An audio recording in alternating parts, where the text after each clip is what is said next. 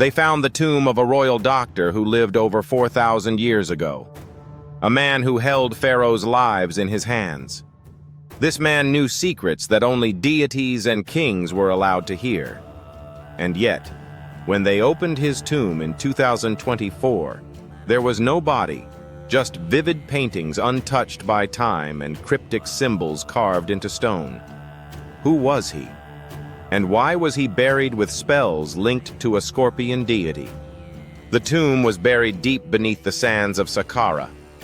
The doctor's name was Teta Nebe-Fu.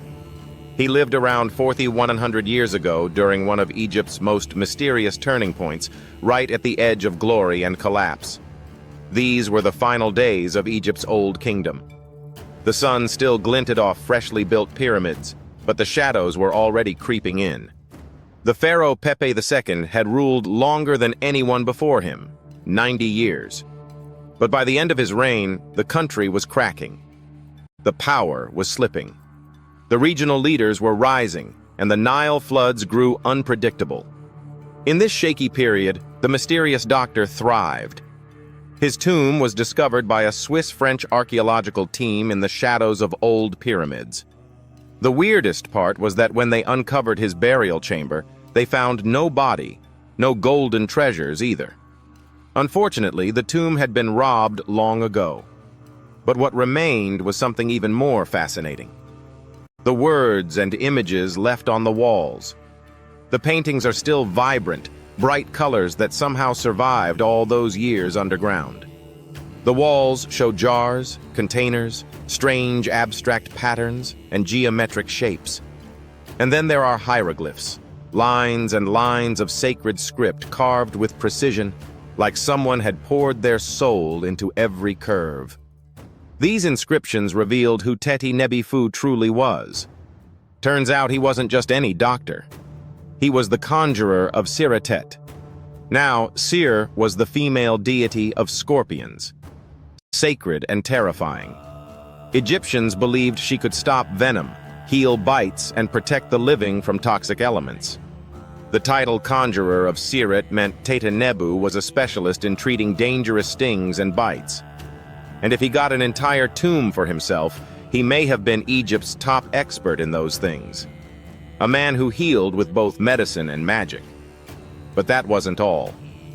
He also held the title director of medicinal plants, a title seen only once before in all of ancient Egypt.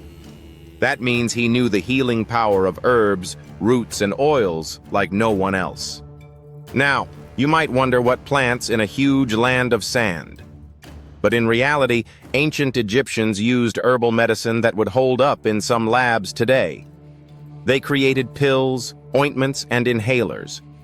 Most often, they chose some active ingredient, a flavor to make it easier to take, and something to deliver it into the body. Sound familiar? And yeah, they didn't have many traditional plants. So some of these ingredients were bizarre by our standards, like using crocodile dung and acacia mixed with honey. They even had formulas for anti-wrinkle creams. And apparently our mysterious healer was also chief dentist. This title is almost never seen in ancient records. Evidence of Egyptian dentists is incredibly rare. Turns out our ancient genius didn't just fight stings and study plants. He was also trusted with teeth and jaws, which were actually a huge problem in ancient Egypt. These people may have built wonders, but their teeth paid the price. Ancient Egyptians constantly caught grains of sand in their mouths. They often ate grit-filled bread and raw vegetables which wore down enamel and caused a horrible condition called attrition. This led to tons of problems, including tooth loss. They had to improvise back in the day. For example, crafting the world's oldest known toothpaste from crushed rock, mint, and pepper, which ironically only made things worse for the gums. Or a toothpaste from things like eggshells, pumice, and nitro, a salty mineral used for cleaning. They were also inventing mouthwashes from celery, bran, and herbs to ease the problem. Some mummies were even found with crude metal braces and gold wires attaching missing teeth. Though we're not sure if these were for the living, or was it just a nice little addition added as an afterlife gift. So, Teti Neb-Fu specialized in all these fields. 3 rare titles for one man. Now, back in the day, he must have been admired as incredibly knowledgeable. In a world without modern science, he would have been like a sorcerer who knows how some leaf or bark could save a life. That's why archaeologists believe Tetbu wasn't just any doctor. He was most likely the royal physician, the one who treated the pharaoh himself. We don't know for sure which king he served. Maybe it was Pepe II. And who knows, maybe that's why the guy lived so long. But if that was the case, Tete Nebi Fu may have lived through the final moments of the Old Kingdom, watching the Golden Age crumble from inside the palace walls. And then he was buried. The body was looted or perhaps just lost to time. But the team says they're still studying the tomb, still uncovering the traces of this incredible man. Overall, ancient Egyptians were practicing medicine on a crazy advanced level. Some practices feel familiar even today. They had hospitals, specialists, surgeries, and many more things, even medical schools. Both men and women were allowed to be doctors. They healed with various methods and practiced surgery with actual tools, scalpels, forceps, even sutures. Some doctors treated only the eyes, others, the teeth, the stomach, or even what they called the hidden diseases. They knew how to clean and dress wounds, could set broken bones using splints made of wood or reeds wrapped in linen, and even prevented infections. There were even proctologists. They also built the first prosthetics, like a wooden toe with leather straps that help people walk normally again. The oldest known prosthetic is 3,000 years old. Now the most shocking part is how they actually even tried to remove tumors. A recent study looked at a 4,000 years old skull. It belonged to a man in his 30s. There were signs of past tumors, and around 3 of them there were marks, surgical cuts made with a metal tool that suggests someone attempted to remove or studying them. Maybe treatment, maybe an autopsy. There was another skull of a woman over 50 years old.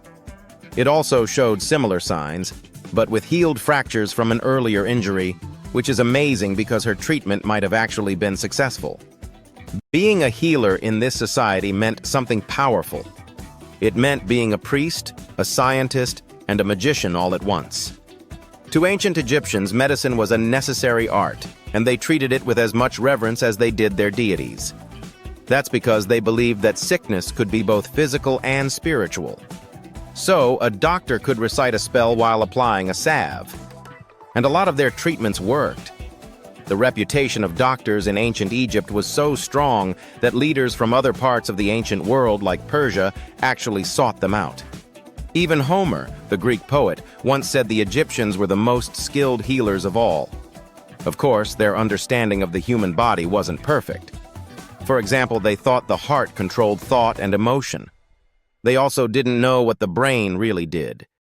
But their approach, observe symptoms, diagnose, and treat. Well, that's modern medicine. Sure, they prayed over the wound, but they also healed it, didn't they? Their most famous physician was Imhotep. That guy was a true polymath, an architect, priest, and a healer who became so revered he was later worshipped as a deity of medicine.